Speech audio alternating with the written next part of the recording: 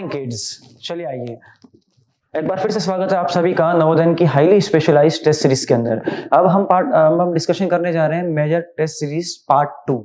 जो पार्ट 2 है उसमें जूलॉजी के मेनली स्ट्रक्चरल ऑर्गेनाइजेशन को टारगेट किया गया है, यानी कि animal tissue, biomolecules and cockroach.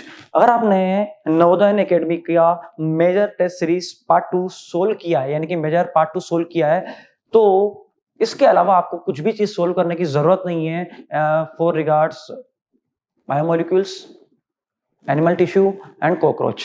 चलिए आइए अब अपन सीधे डिस्कशन पर आ जाते हैं, क्योंकि दिक्कत क्या है कि लास्ट टाइम पर अपन ने जो वीडियो शूट किया था शायद थोड़ा सा बड़ा हो चुका है डिस्कशन के हिसाब से। तो अपन कोशिश यही करेंगे कि जूलॉजी जो चीज है वो सीधे फैक्चुअल बेसिस पर आती है। इसके अंदर आपको चीजें याद होनी चाहिए। पूरी की पूरी बायोलॉजी में दोस्तों ऐसा ही होता है, अगर आपको चीजें याद है तो आप सीधे उसका आंसर टिक कर देंगे। तो आइए स्टार्ट करते हैं क्वेश्चन नंबर 151 से। जो पहला क्वेश्चन है, elemental analysis of earth crust and living organism reveals that living organism have. तो बेटा इसका सीधा आंसर है पहला ऑप्शन है, higher abundance of carbon and hydrogen as compare to earth crust, यानी कि हमारी सेल्स में कार्बन और हाइड्रोजन ज्यादा होती है अर्थ क्रस्ट से। Which of the following are aromatic amino acids? तो बेटा ये एनसीईआरटी की लाइन है एज सच। अगर आपने एनसीईआरटी पढ़ी है, मैंने आपको कितनी बार कहा है कि एनसीईआरटी की लाइन टू लाइन रखना है। तो ट्रिप्टोफैन, टायरोसिन, फिनाइलएलानिन, यानी कि A B C, B option right है। Palmitic acid and arachidonic acid है how many carbons? Palmitic acid और अरेक्डोनिक एसिड अगर दोनों की बात की जाए तो अगर पाल्मेटिक एसिड में होते 16 कार्बन, अरेक्डोनिक एसिड में होते 20 कार्बन। पर प्रॉब्लम क्या है कि इन्होंने बोला है कि एक्सक्लूडिंग कार्बोक्सिल कार्बन, यानी कि आपको एक कार्बन हटाना है। तो पाल्मेटिक एसिड में हो जाएंगे 15 और अरेक्डोनिक एसिड में हो जाएंगे 19। 15 एंड 19 आंसर है, C option. The given diagrams, बेटा ये जो डायग्राम्स है मैंने आपको क्या बोला था कि आपको एज सच डायग्राम्स याद करने हैं। तो जो डायग्राम्स है यानी कि पहला है आपका राइबोस शुगर। आप कहेंगे कि सर ये डीऑक्सीराइबोस क्यों नहीं हो सकता? सेकंड नंबर की आप ऑक्सीजन को देखेंगे तो सेकंड नंबर की ऑक्सीजन एज सच है। जब डीऑक्सीराइबोस शुगर की बात करेंगे तो वहां पर ऑक्सीजन नहीं होती है, ध्यान रखें इस चीज का। और दोस्तों अब बात करते हैं इस बी वाले ऑप्शन की।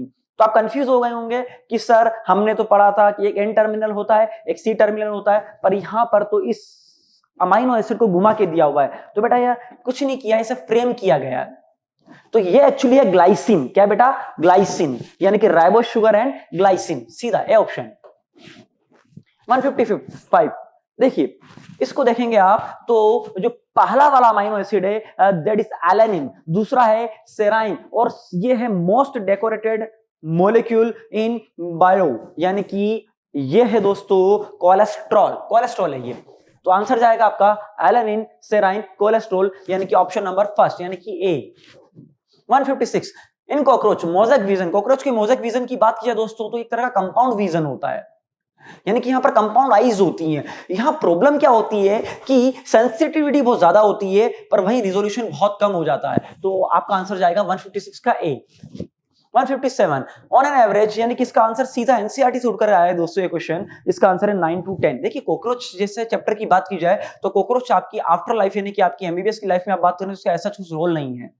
तो आपको कॉकरोच को इस हिसाब से पढ़ना है कि नीट तक पढ़ने के बाद से आप इसे भूल जाए, ज्यादा डीप में नहीं जाना है। जितना एनसीईआरटी में लिखा हुआ है it is more than sufficient. अगर आपने इतना पढ़ लिया है तो ये आपके लिए काफी है। और जो क्वेश्चंस आते हैं कॉकरोच से ये लाइन टू लाइन उठ करके आते हैं और वन वर्ड्स आते हैं, इसीलिए इसका आंसर है 9 to 10 सीधे। 158 mark the correct statement for smooth muscles. जो स्मूथ मसल्स होती हैं अगर आप उनके फाइबर्स को देखेंगे तो टैपर्ड होते हैं, टैपर्ड होते हैं एंड्स पर। दूसरा, इनमें कोई स्ट्राइएशन नहीं होते। तीसरी चीज, ये इनवॉलंटरी होते हैं, आप इनको अपनी विल से कंट्रोल नहीं कर सकते दोस्तों। तीन ऑप्शन सही है, यानी कि D all of this. In cockroach exoskeleton has harden plates called sclereids. इनको ज्वाइन करने के लिए दोस्तों जो प्लेट्स होती है, हार्ड प्लेट्स, इनको ज्वाइन करने के लिए चाहिए आर्थ्रोइडियल मेम्ब्रेन, यानी कि C option. 160 in cockroach the mouth part. जो कॉकरोच के माउथ पार्ट्स होते हैं दोस्तों तो वो होते हैं biting and chewing type. Biting and chewing type, यानी कि बाइटिंग नहीं ये और च्यूइंग ये नहीं है, यानी कि बाइट करना और च्यू करना। 160 in cockroach exchange of gases take place at tracheoles and by diffusion. NCERT का एज सच पॉइंट है, एज सच लाइन है, ये जाकर के अपनी एनसीईआरटी चेक कीजिए। 162 on the basis of excretory nitrogenous waste cockroach is uricotelic, यानी कि ये यूरिक एसिड सिक्रीट करते हैं। 163 मेल रिप्रोडक्टिव सिस्टम कहां होता है साहब? 4 से 6 abdominal segment as such. NCERT की लाइंस, फिर से कॉकरोच पढ़ना है, एनसीईआरटी से पढ़ना है, एनसीईआरटी से बाहर नहीं जाना है और एनसीईआरटी की लाइंस को अपने दिमाग में अच्छे से रिवाइज करना है। अगर आप कॉकरोच के नंबर ऑफ क्वेश्चंस को लगाएंगे दोस्तों, उससे कुछ फायदा नहीं होने वाला। अगर आप ये सोचते हैं कि बायोलॉजी भी फिजिक्स की तरह है जिसमें आपको नंबर ऑफ क्वेश्चंस लगाने हैं, तो ऐसा नहीं है दोस्तों। आपको बायोलॉजी में एनसीईआरटी के रिविजन्स लगाने हैं और मैं ये चाहता हूं कि आप नीट का एग्जाम देने से पहले हर एक चैप्टर का एटलीस्ट 7 रिवीजन लगा चुके हों। यानी कि अगर आप सेक्सुअल रिप्रोडक्शन इन ह्यूमंस पढ़ रहे हैं तो कम से कम आपने सेक्सुअल रिप्रोडक्शन इन ह्यूमंस आपकी लाइफ में 7 बार पढ़ा होगा, तभी जाकर के आप उसके क्वेश्चंस को आसानी से, एक्यूरेसी से, स्पीड से लगा पाएंगे नीट के अंदर। 164 mast cell in connective tissue contents granule which are filled with heparin. Relaxin की बात करेंगे बेटा, ओवरी से निकलता है, मेलानिन एक पिगमेंट होता है। और वासोप्रेसिन की बात करेंगे, ये एडीएच और एडीएच निकलता है पोस्टीरियर पिट्यूटरी से, तो ये हेपेरिन मास सेल के अंदर होता है। चलिए आइए अब ये जाकर के आपको घर जाके एनसीईआरटी में चेक करना कि मास सेल और क्या क्या रिलीज करती है हेपेरिन के अलावा, ये आपकी ड्यूटी है। 165 choose the incorrect with respect to smooth muscle fibre. Spindle shape होते बिल्कुल सही है, यूनिन्यूक्लियेट बिल्कुल सही, एनसीईआरटी की line intercalated disc are absent बिल्कुल सही। इंटरकैलेटेड डिस्क होती है कार्डियक मसल में, कार्डियक मसल। ये नीट 2023 का क्वेश्चन भी है, अगर आपने चेक किया हो पेपर नीट 2022 का, अगर आपने नीट 2022 का क्वेश्चन चेक किया होगा तो आपको पता चलेगा कि ये क्वेश्चन है इंटरकैलेटेड डिस्क कहां होती है। Occurs in the limb, body wall, face and neck. बड़ा स्मूथ मसल लिम्स में नहीं हो सकते क्योंकि लिम्स को हम मूव कर सकते हैं, लिम्स पर हमारा कंट्रोल है, लिम्स वॉलंटरी मूवमेंट शो करते हैं। तो ये आंसर डी हो जाएगा हमारा, क्योंकि ये इनकरेक्ट है with respect to smooth muscle fibres. Which type of simple epithelium found in intestine? Intestinal epithelium कौन है? Columnar epithelium. ये आपके एमबीबीएस में भी काम आएगी जब आपको हिस्टोलॉजी में पूछा जाएगा कि स्टमक में, इंटेस्टाइन में किस तरह की सिंपल एपिथेलियम पाई जाती है। Simple columnar epithelium. चिल्ला चिल्ला करके आपको क्लास में रिवाइज करवाया गया है, ये भूले ना उस चीज को। 167 द फंक्शन ऑफ अधरिंग जंक्शन। कितनी बार वाला बोला है कि अधरिंग जंक्शन मतलब पास में जोड़ना, टाइट जंक्शन मतलब लिकिंग को सोक करना, और गैप जंक्शन मतलब साइटोप्लाज्म का फ्लो करवाना। याद रखिए, अधरिंग जंक्शन मतलब बस दो सेल्स को पास में सीमेंटिंग यानी जोड़ करके रखना। तो आप अपना आंसर चूज करेंगे सी वाला। 168 the ground substance in a bone is hard and non pliable. कितनी बार बताया है कि जो हमारी जो बोन्स होती हैं उसमें कोलाजन फाइबर्स होते हैं, कैल्शियम के सॉल्ट्स होते हैं, और कैल्शियम उसे हार्डनिंग प्रोवाइड करता है, और जो उनकी मैट्रिक्स होती है नॉन प्लायबल, किसी तरह का कंप्रेशन रेजिस्ट नहीं कर पाती है, इसीलिए बोन आसानी से फ्रैक्चर हो जाती है। तो जो आंसर जाएगा hard and non pliable, D option. 169 complete analogy. Multi cellular gland, oil gland, unicellular gland. फिर से एनसीईआरटी का क्वेश्चन, एनसीईआरटी ने बना रखा है गॉबलेट ग्लैंड्स। जितनी गॉबलेट ग्लैंड्स होती हैं that are unicellular glands. 170 choose the odd one with respect to secretion of exocrine glands. तो बेटा जो exocrine क्या होता है? exocrine जिसके पास डक्ट होती है, जिसके सिक्रीशंस ब्लड में नहीं मिलेंगे आपको। एंडोक्राइन क्या होता है? डक्टलेस ग्लैंड होती हैं और ये अपने सिक्रीशंस डालेगी ब्लड में। जितनी भी एंडोक्राइन ग्लैंड्स होती हैं सभी हार्मोन्स रिलीज करती है और हार्मोन्स आते हैं ब्लड में। तो इनमें से कौन है हार्मोन? थायरोक्सिन। आंसर है डी। 171 प्लाज्मा सेल्स क्या रिलीज करती है? प्लाज्मा सेल्स क्या बनाती है? एंटीबॉडीज। प्लाज्मा सेल क्या बनाती है? Antibodies. Plasma cell cartwheel nucleus. याद कीजिए क्लासेस, रिवाइज कीजिए करके नोट्स को, एनसीईआरटी को। प्लाज्मा सेल्स यानी कि प्रोड्यूस एंटीबॉडीज, यानी कि ए का आंसर 3। ओहो कितने सिंपल इन्होंने ऑप्शंस बना रखे हैं।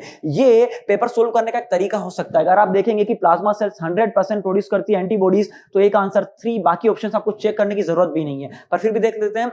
चलिए, मास सेल, मास सेल क्या करती है? Secretions can constrict blood vessels. क्यों? क्योंकि दोस्तों यहां से रिलीज होता है सेरोटोनिन। क्या रिलीज होता है? सेरोटोनिन। और सेरोटोनिन वासो कॉन्स्ट्रिक्शन करता है, जो ब्लड वेसल्स का डायमीटर को छोटा कर देता है, बीपी को बढ़ा देता है। मैक्रोफाजेस की बात करते हैं। मैक्रोफाजेस यानी कि सीधा सीधा फेगोसाइटोसिस कर देना, यानी कि किसी भी सेल को जिंदा निगल लेना। बैक्टीरिया, वायरस और फॉरेन सेल, ट्यूमर सेल, इन सभी को जिंदा निगल लेना, यानी कि फेगोसाइटोसिस। फेगोसाइटोसिस करने वाली जो हमारी सेल्स होती है हमारी बॉडी के अंदर, वो है मैक्रोफाज, यानी इसका ऑप्शन सीधा है सी 171 का। 172 Which of the following feature is used to identify a male cockroach from a female cockroach? सीधा answer presence of caudal styles. ये एनसीईआरटी के क्वेश्चन है दोस्तों, एनसीईआरटी की लाइन से। फिर से कॉकरोच सिर्फ एनसीईआरटी से पढ़ना है, एनसीईआरटी से बाहर बिल्कुल नहीं जाना, ना किसी टीचर के नोट्स बनाने, ना कहीं और से कोई क्वेश्चंस लगाना है। सिर्फ एनसीईआरटी पढ़े, एनसीईआरटी का रिवीजन करें। और मेरा विश्वास मानिए, इतना मेरा एक्सपीरियंस है कि कभी भी कॉकरोच जैसे चैप्टर में बाहर से क्वेश्चन नहीं आएगा, और एज सच लाइन उठ करके आएगी और वन वर्ड क्वेश्चन आएगा। 173 बेटा ये जो माउथ पार्ट से आपको पहचानने हैं, सीधा सीधा जो ए है वो है लैब्रम, बी है हाइपोफेरिंक्स, सी की बात करेंगे सी है मैक्सिला और डी है मैंडिबल, यानी ऑप्शन नंबर सी। अब दोस्तों ऐसे क्वेश्चंस की बात करेंगे तो इन क्वेश्चंस में आपको पता होना चाहिए कि इन माउथ पार्ट्स का नाम क्या है। तो आपको एनसीईआरटी के डायग्राम्स पर फोकस करने की जरूरत है। ये जो मेजर टेस्ट सीरीज चल रही है इसमें थियरी के पार्ट को और डायग्राम्स के पार्ट को लगभग इक्वल वेटेज दिया जा रहा है। रीजन ये है कि हमें जूलॉजी में कोई भी क्वेश्चन गलत नहीं करना है किसी भी कीमत पर। जूलॉजी के क्वेश्चन ऐसे होते हैं दोस्तों जो नीट की 99% जनता सही कर आती है, 99.9% जनता सही करके आती है, 99 भी नहीं। तो आपको यहां मात नहीं खानी है। ऐसा ना हो कि आपका जूलॉजी में कोई क्वेश्चन छूट जाए या कोई आपकी सिली मिस्टेक्स की वजह से गलत हो जाए या आपकी लापरवाही से गलत हो जाए। यहां पर कोई भी क्वेश्चन गलत नहीं होना चाहिए। आपको एनसीईआरटी के डायग्राम्स पर बराबर इक्वल फोकस रखना होगा। 174 which structure is absolutely necessary for biological activity of enzyme ribonuclease। जितने भी एंजाइम्स होते हैं वो टर्शियरी स्ट्रक्चर में पाए जाते हैं, प्रोटीन के टर्शियरी स्ट्रक्चर में पाए जाते हैं। रीजन ये कि प्रोटीन का टर्शियरी स्ट्रक्चर उसमें होते हैं एक्टिव पॉकेट्स। क्या होते हैं बेटा? एक्टिव पॉकेट्स, यानी कि जो एक्टिव साइट्स होती है यानी कि पॉकेट्स होते हैं उसे मैं एक्टिव पॉकेट्स भी कहता हूं। इन्हीं एक्टिव पॉकेट्स में आकर सबस्ट्रेट फिट होता है और वहीं से एंजाइम अपना काम यानी कि अपना खेल दिखाना शुरू करता है। तो दोस्तों इसका आंसर जाएगा ऑब्वियसली थर्ड यानी कि सी 174। चलिए आइए अब बात करते हैं 175 which of the following statement are correct with respect to glycogen. अगर ग्लाइकोजन की बात करेंगे तो ग्लाइकोजन दोस्तों हमारा स्टोर फूड है। ग्लाइकोजन में दो तरह की चीजें होती है, एक अल्फा 14 और एक अल्फा 16, यानी कि दो तरह की ब्रांचिंग होती है। अल्फा 14, ये जो अल्फा 14 वाली ब्रांचिंग है दोस्तों ये ग्लूकोज और ग्लूकोज के मॉलिक्यूल पर होती है, यानी कि एक जो ग्लूकोज होगा उसका फर्स्ट नंबर का कार्बन अटैक करेगा ग्लूकोज दूसरे ग्लूकोज के फोर्थ नंबर की ऑक्सीजन पर। तो जो ब्रांचिंग बनती है अल्फा 14 वो होती है स्ट्रेट चेन। कैसी होती है दोस्तों? Straight chain. अगर आपको ब्रांचिंग करनी है तो आपको जो ब्रांचिंग लानी होगी वो होगी अल्फा 16, यानी कि अल्फा 14 जो होता है वो स्ट्रेट पार्ट होता है, अल्फा 16 जो होती है वो एरिया होता है ब्रांचिंग का। अब बात करें सी वाला, the straight part is helically twisted with each turn having 4 glucose units. ऐसा कुछ नहीं होता है। तो आंसर जाएगा C, A and B. In non competitive inhibition, in non competitive inhibition की बात करते हैं दोस्तों तो ये आपको याद रखना और ये नीट का क्वेश्चन भी है और आप अपने नोट्स में जाकर के चेक कीजिए कि जो नॉन कॉम्पिटिटिव इनिबिशन होता है उसमें सबस्ट्रेट के साथ में एक कॉम्पिटिटर आ जाता है। पर प्रॉब्लम क्या होती है यहां पर कॉम्पिटिटर के साथ कि कॉम्पिटिटर अलग दिखता है, सबस्ट्रेट अलग दिखता है। तो जो कॉम्पिटिटर आया हुआ है यानी कि जो इनिबिटर आया हुआ है वो इनिबिटर जाकर के एक्टिव साइट के अलावा कहीं और जुड़ेगा, वो एंजाइम की एक्टिव साइट पर नहीं जुड़ेगा। इस वजह से क्या होता है कि नॉन कॉम्पिटिटिव इनिबिशन में हमेशा ही Vmax कम हो जाता है। क्या कम हो जाता है दोस्तों? Vmax। इसको नोट कर ले, ये क्वेश्चन वापस से रिपीट हो सकता है। 176 177। अब बात करते हैं 177 क्या है। तो दोस्तों जो 177 ये वाला क्वेश्चन है वो क्या रहा है यहाँ पर कि ये क्वेश्चन 2 से 3 बार आ चुका है इसी टेस्ट सीरीज में, यानी कि ये वेरी वेरी इंपॉर्टेंट है दोस्तों। इसकी बात करते हैं तो दोस्तों ये फिर से है एलेनिन। क्या है ये? एलेनिन, क्योंकि इसमें CH3 पार्ट आ रहा है, यहाँ पर हाइड्रोजन आ रहा है, इस वजह से बनेगा ग्लाइसिन। क्या बनेगा? ग्लाइसिन। और ये बनेगा सेराइन। तो अब आप लगा लें अपने हिसाब से आंसर क्या होगा। पहला है एलेनिन, दूसरा है ग्लाइसिन, तीसरा है सेराइन। यानी कि आपको बस जो ऑप्शन है उसको रिमोल्ड करना पड़ेगा। क्यों? एनसीईआरटी में हम क्या पढ़ते हैं, पहले ग्लाइसिन यानी कि हाइड्रोजन आ गया। अगर किसी सब्स्टिट्यूटेड मीथेन में जिसका एन टर्मिनल पे अमीनो ग्रुप है और सी टर्मिनल पर कार्बोक्सिल ग्रुप है, और आप देखेंगे उसमें वो एक सब्स्टिट्यूटेड मीथेन में एक पार्ट होगा हाइड्रोजन, तो जो पर्टिकुलर अमीनो एसिड बनेगा वो होगा ग्लाइसिन। अगर सब्स्टिट्यूटेड पार्ट आपको मिलता है मिथाइल ग्रुप वो बनेगा एलेनिन। अगर आपको जो पर्टिकुलर सब्स्टिट्यूटेड ग्रुप है वो मिलता है मिथाइल अल्कोहल, तो जो मिथाइल अल्कोहल है वो बनेगा आपका सेराइन। तो इसी के हिसाब से आप सोल्व करेंगे इस क्वेश्चन को। ये एज इट इज एनसीईआरटी का क्वेश्चन है। फिर से आइए क्वेश्चन नंबर 178 सोल्व करते हैं। 178 सबस्ट्रेट की एनर्जी ज्यादा दिख रही है और प्रोडक्ट की एनर्जी कम है, यानी कि सबस्ट्रेट ने जब रिएक्शन में टेक पार्ट लिया था उसकी एनर्जी ज्यादा थी, पर जब प्रोडक्ट बना तो उसकी एनर्जी कम निकली। तो एनर्जी कहां गई? एनर्जी इवॉल्व हो गई, एनर्जी बाहर निकल गई रिएक्शन से। तो रिएक्शन कैसी? एक्सो की एंडो? एक्सोथर्मिक, यानी कि जो रिएक्शन से एनर्जी बाहर आ चुकी है। क्यों? क्योंकि एनर्जी सबस्ट्रेट की ज्यादा है और एनर्जी प्रोडक्ट की कम है। तो ये जो एनर्जी का डिफरेंस है गया कहां? ये एनर्जी का डिफरेंस बाहर चला गया रिएक्शन से, तो रिएक्शन हुई एक्सोथर्मिक। कैसी है? एक्सोथर्मिक। चलिए आइए अब बात करते हैं कि ये ए और बी क्या दिया हुआ है। बेटा हर रिएक्शन को एक स्टेप से होकर गुजरना पड़ता है और इस स्टेप के लिए एक एनर्जी चाहिए होती है, इस एनर्जी को बोलते हैं एक्टिवेशन एनर्जी। क्या कहेंगे? Activation energy. तो इन एक्चुअल हमारा एंजाइम करता क्या है? एंजाइम एक्टिवेशन एनर्जी को कम कर देता है। तो दोस्तों अगर आप देखेंगे बी में एक्टिवेशन एनर्जी ज्यादा है, तो ये जो रिएक्शन है ये विदाउट एंजाइम चल रही थी। अगर आप ए पार्ट को देखेंगे तो ए में एक्टिवेशन एनर्जी कम हो चुकी है, तो यानी कि जो रिएक्शन है अब वो एंजाइम के साथ चल रही है। तो ए में एंजाइम लगा हुआ है यानी कि एक्टिवेशन एनर्जी कम है, और बी में एंजाइम नहीं है। तो देखिए आप बी ऑप्शन को, exothermic reaction with energy A in the presence of enzyme and B in the absence of enzyme. 179 दोस्तों ये एनसीईआरटी का ऐसा ग्राफ है कि एंजाइमेटिक एक्टिविटी और सब्सट्रेट कंसंट्रेशन के बीच में क्या रिलेशन है। Option C is right answer. Question number 180 पर आ जाते हैं। चलिए आइए, क्वेश्चन नंबर 180 जो है वो पूछ रहा है कि इनमें से कौन सा इनकरेक्ट है। तो सबसे पहले अपन ये जानते हैं कि कॉम्पिटिटिव इनहिबिशन क्या होता है। कॉम्पिटिटिव इनहिबिशन का बेसिक सा मीनिंग होता है कि एक कॉम्पिटिटर आएगा यानी कि एक इनहिबिटर आएगा और वो कॉम्पिटिशन करेगा सब्सट्रेट के साथ। कहां जुड़ने के लिए? Active site. जो एंजाइम की एक्टिव साइट होती है वहां पर जुड़ने के लिए इनहिबिटर और सब्सट्रेट दोनों में फाइट होगी, कंपटीशन होगा कि साहब उस एक्टिव साइट पर जाकर के कौन जुड़ेगा। तो होता क्या है कि ये जो कंपटीशन होता है ये रिवर्सिबल हो सकता है। आप इस कंपटीशन को रोक सकते हैं। क्यों? अगर आपने सब्सट्रेट की कंसंट्रेशन को बढ़ा दी, अगर आपने सब्सट्रेट की कंसंट्रेशन को बढ़ा दिया दोस्तों, तो होगा क्या कि जो कॉम्पिटिटर आया है वो अब जुड़ नहीं पाएगा एक्टिव साइट पर दोस्तों अगर आपने सब्सट्रेट की कंसंट्रेशन को बढ़ा दिया तो केएम वैल्यू भी बढ़ जाएगी। पर ऑप्शन 4 को पढ़ेंगे तो ये कह रहा है कि केएम वैल्यू डिक्रीज हो जाती है। तो हमारा जो आंसर है वो है ऑप्शन डी। अच्छे से पढ़ें इसे। 181 जो 181 क्वेश्चन है, अ कोएंजाइम और metal ion that is very tightly bound. नहीं यार, कोएंजाइम और मेटल आयन तो लूजली बाउंड होते हैं। तो ऑप्शन ए इनकरेक्ट हो चुका है। A complete catalytic activity enzyme together with its bound prostatic group is called apo enzyme. नहीं दोस्तों, ऐसा नहीं होता है। ये ऑप्शन भी इनकरेक्ट है। क्यों? क्योंकि दोस्तों अगर प्रोस्थेटिक ग्रुप जुड़ता है एपो एंजाइम के साथ तो बनेगा होलो एंजाइम, और एपो एंजाइम नहीं बनेगा। एपो एंजाइम तो ऑलरेडी प्रोटीन पार्ट होता है। ये प्रोटीन पार्ट होता है। एपो एंजाइम एक कंप्लीट प्रोटीन होता है और उसका कोफैक्टर हो सकता है कोएंजाइम। तो अगर एपो प्रोटीन के साथ कोएंजाइम मिलता है तो बनना चाहिए होलो एंजाइम। तो दोनों ही ऑप्शन इनकरेक्ट है दोस्तों। असर्शन भी इनकरेक्ट है, रीजन भी इनकरेक्ट है। तो ये क्वेश्चन बोनस होगा क्योंकि दोस्तों चारों ऑप्शंस को आप देखेंगे तो असर्शन और रीजन दोनों इनकरेक्ट है। ऐसा कोई इन्होंने हमें ऑप्शन दिया नहीं है। तो ये ऑप्शन आपके लिए यानी कि क्वेश्चन आपके लिए बोनस है। Congratulation, good thing. 182 की बात करते हैं। तो बच्चे होता क्या है ना कि अब हम क्या समझते हैं कि जो एनसीईआरटी वही सब कुछ है, पर बेटा रियली एनसीईआरटी ही सब कुछ है। अब ये जो क्वेश्चन है आप इसको पढ़ेंगे तो इन्होंने पूछा कि इनमें से कौन कौन से सेकेंडरी मेटाबोलाइट्स है। तो आप में से बहुत सारे बच्चों ने इनमें से बहुत सारे ऑप्शंस ऐसे देखे जो हमें लगते हैं कि यार ये सेकेंडरी मेटाबोलाइट्स नहीं हो सकता, जैसे कि स्पाइसेस। क्यों? क्योंकि एनसीईआरटी में नहीं दिया हुआ है। तो किसने कहा कि ये क्वेश्चन आप अटेम्प्ट करें?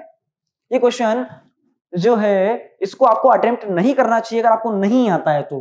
रीजन क्या है बेटा? रीजन ये कि अगर आपने इसको सही किया तो आपको 4 नंबर मिलेंगे और गलत किया तो 5 कट जाएंगे एक तरह से, सीधी सी बात है। तो ऐसे क्वेश्चंस को आपको अटेम्प्ट नहीं करना है कि अगर आप बहुत ज्यादा कंफ्यूजन में तो अटेम्प्ट नहीं करना है। पर बेटा है क्या ना, ये सारी चीजें सेकेंडरी मेटाबोलाइट है, सारी चीजें सेकेंडरी मेटाबोलाइट है। ध्यान रखें इस चीज का कि क्वेश्चन कौन सा अटेम्प्ट करना है और कौन सा अटेम्प्ट नहीं करना है ये आपको पता होना चाहिए। सिलेक्शन का जो सबसे पहला बेसिक मूल मंत्र होता है, जैसे ही आप अपने एग्जाम हॉल में जाएंगे तो वो चीज ये कि बच्चे आपको पता होना चाहिए कि कौन सी चीज आपका सिलेक्शन करवाएगी और कौन सा क्वेश्चन आपका सिलेक्शन होने से रोक रहा है। तो इस चीज को अच्छे से समझे कि इस तरह के क्वेश्चन जिनमें कंफ्यूजन होता है आपको तो छोड़ दे, तुक्का नहीं लगाना है, बिल्कुल भी तुक्का नहीं लगाना है। तुक्का लगाने से किसी का सिलेक्शन नहीं होता है। चलिए आइए, तो हुए क्या कि पहले से लेकर 90 सभी के सभी हमारे लिए तो सब सेकेंडरी मेटाबोलाइट है। अब बात करते हैं इनमें से कौन सा इनकरेक्ट है। तो बच्चे अगर आपने चारों ऑप्शंस पढ़े हैं तो चारों के चारों ऑप्शन सही है, सभी ऑप्शन सही है, तो इनमें से कोई भी गलत नहीं है। तो नन ऑफ द अबव यानी कि डी आंसर जाएगा। पर बच्चे है क्या कि नन ऑफ द अबव जैसे ऑप्शंस अब आपके नीट एग्जाम में नहीं आते हैं। बट मैं चाहता हूं कि आपका अच्छे से रिवीजन हो, आपको पता होना चाहिए कि कौन से ऑप्शन सारे करेक्ट भी हो सकते हैं और कहीं पर सारे ऑप्शन इनकरेक्ट भी हो सकते हैं। तो आपकी ट्रेनिंग के लिए क्वेश्चन दिया हुआ है। तो दोस्तों इसका जो आंसर है वो है D, none of the above. 184 question पर आते हैं अपन। तो डिहाइड्रोजिनेजेस होता है दोस्तों ऑक्सीडोरिडक्टेज। कैसे याद करवाया था? ओथलिल। कैसे याद करवाया था? ओथलिल। तो सबसे पहली क्लास होती है एंजाइम की, दैट इज ऑक्सीडोरिडक्टेज। तो ऑक्सीडोरिडक्टेज का एग्जांपल पढ़ा था डिहाइड्रोजिनेज। तो दोस्तों एक आंसर है ऑक्सीडोरिडक्शन बिटवीन टू सबस्ट्रेट लाइगेजेस। दो चीजों के बीच में बॉन्ड बनाना यानी कि दो केमिकल कंपाउंड को जोड़ना। लाइगेज, डीएनए लाइगेज एग्जांपल है इसका। तो लाइगेज यानी linking together of two bonds, यानी कि एक ऑप्शन है 3 और बी है आपका 4। तो ए है 3, बी है 4, तो आप देखेंगे डी ऑप्शन करेक्ट है आपके लिए, 184 डी। बाकी चीजें दोस्तों आपको पढ़ना नहीं है, रीजन क्या है, इतना टाइम नहीं होता है हमारे पास, बायो इजी होती है। आपने देखा कि ए का जो ऑप्शन है वो करेक्ट मैच कर रहा है, बी का करेक्ट मैच कर रहा है, और बाकी जो ऑप्शन है इस हिसाब से मैच नहीं कर रहे हैं, फ्रेम नहीं हो रहे, तो आपको आंसर लगाना है भाई आंसर करेक्ट है, ज्यादा इसके अंदर डीप घुसना नहीं है। क्यों? हमारे पास टाइम कम होता है, हमें जूलॉजी को बहुत ही कम टाइम देना है, उसके बाद थोड़ा सा हल्का सा उससे ज्यादा टाइम देना है बॉटनी को, और जो मेन टाइम है हमें सेव करना है फिजिक्स और केमिस्ट्री के लिए। इसीलिए हमें ऑन द स्पॉट इस चीज को फ्रेम करना होगा कि हमारे जो ऑप्शन है क्या वो किस हिसाब से फ्रेम हो रहे हैं, किस हिसाब से चैनलाइज हो रहे हैं। तो ऑप्शंस को चैनलाइज करें, और एक चीज का ध्यान रखिए चैनलाइज करते वक्त कि क्या दो ऑप्शंस एक जैसे मैच तो नहीं कर रहे हैं। तो होगा क्या कि आपने 2-3 ऑप्शंस चेक किए और आप इस चीज को देखते हैं कि एक दो ऑप्शंस जो है वो मैच कर रहे हैं आपस में, तो आपको दोनों ऑप्शंस को अच्छे से चेक करने के बाद ही आपको आंसर लगाना पड़ेगा मैच द कॉलम जैसे क्वेश्चंस में। आइए अब 185 की बात करते हैं।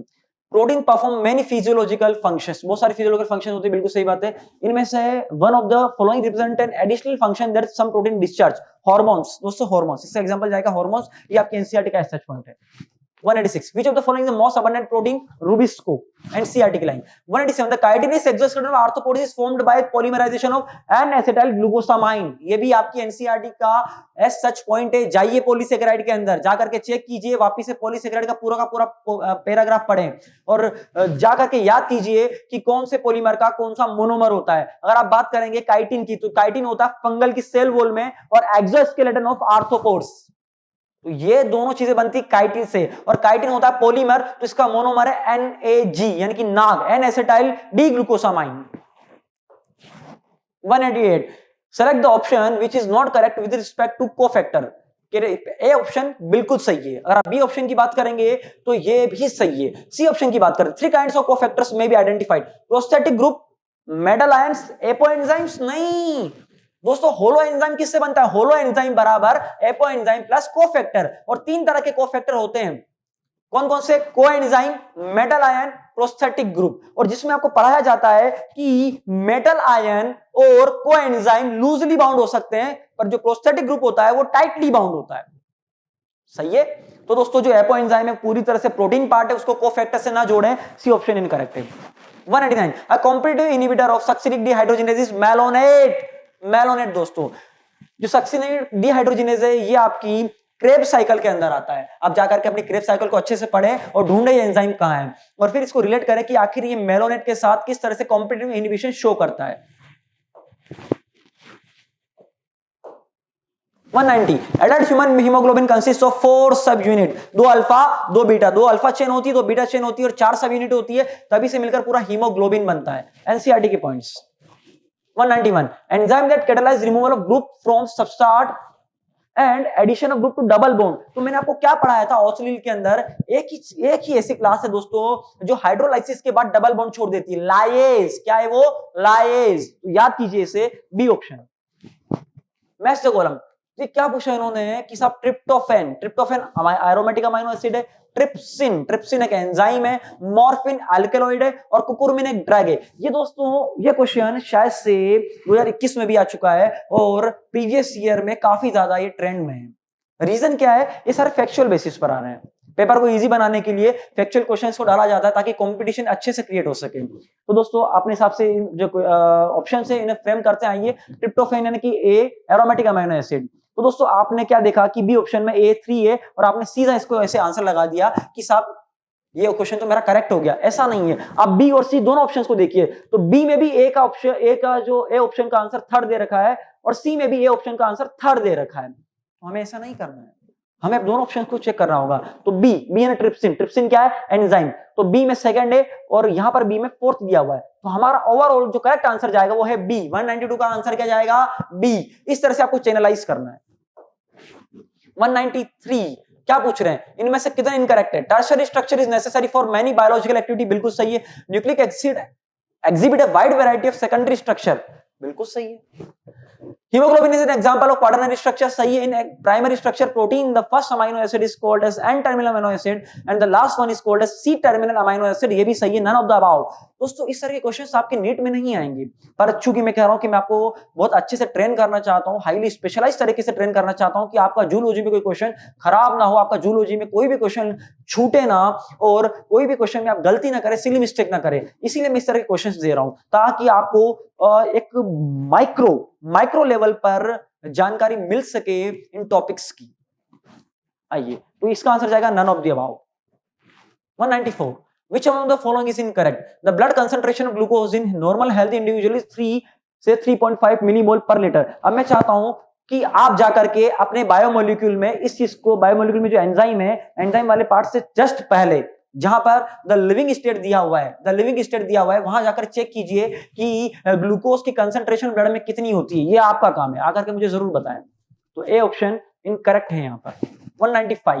195 दोस्तों, अगर आप पहले वाले ए ऑप्शन को देखेंगे, यानी कि जो हमें ए ऑप्शन दिया हुआ है that is cuboidal cell, B option squamous है और सी ऑप्शन कोलमनार है. तो दोस्तों अगर आप देखें तो जो क्यूबॉइडल और कोलमनार, इन दोनों का काम होता है एब्जॉर्प्शन और सिक्रीशन में, जबकि जो स्क्वेमस सेल्स होती है, जो फ्लैट सेल्स होती हैं, इनका काम होता है डिफ्यूजन एंड फिल्ट्रेशन. डिफ्यूजन और फिल्ट्रेशन की बाउंड्री की बात आएगी तो बनाएगी सिंपल स्क्वेमस. पर क्लास में चिल्ला कर पढ़ाया गया है आपको, गला फाड़ कर कि किड्स, अगर आपको पूछा जाता है एब्जॉर्प्शन सिक्रीशन, तो आपको आंसर लगाना है कि कोलमनार या क्यूबॉइडल. अब आपको देखना है कि क्वेश्चन किस हिसाब से फ्रेम किया जाता है, पर यहां पर आंसर आएगा आपका ए एंड सी. तो क्या है आंसर? बी. हमारा ऑप्शन जाएगा बी. चलिए, compound epithelium is made up of more than one layer of cell. Dry surface of skin, बिल्कुल सही. Moist surface of buccal cavity, सही है. Inner lining of ducts of salivary gland, ये भी NCERT की line है. D, all of these. 196 का answer है D. 197. Intercalated disc are characteristic feature of which muscle tissue. तो इंटरकैलेटेड डिस्क होती है आपके कार्डियक टिश्यू में, कार्डियक मसल्स में दोस्तों. तो ये आंसर जाएगा कार्डियक टिश्यू या cardiac muscles. 198. In females, cockroach which sternum is large and boat shaped. 7th. Heart of cockroach is made up of elongated muscular tube which is made up of 13 chambers. Heart में 13 chambers होते हैं. In Periplaneta americana, how many times the nymph molts to reach the adult form? 13 times. 13 times. तो दोस्तों मैंने आपको zoology का एक अच्छा सा फॉर्मुलेटेड सॉल्यूशन दे दिया है. आपको अपने ऑप्शंस को किस तरह से चैनलाइज करना है, किस तरह से स्पीड को मेंटेन करना है, किस तरह से आपको एक्यूरेसी भी मेंटेन करनी है. एक बात ध्यान रखें दोस्तों कि जूलॉजी में क्वेश्चन गलत नहीं होना चाहिए.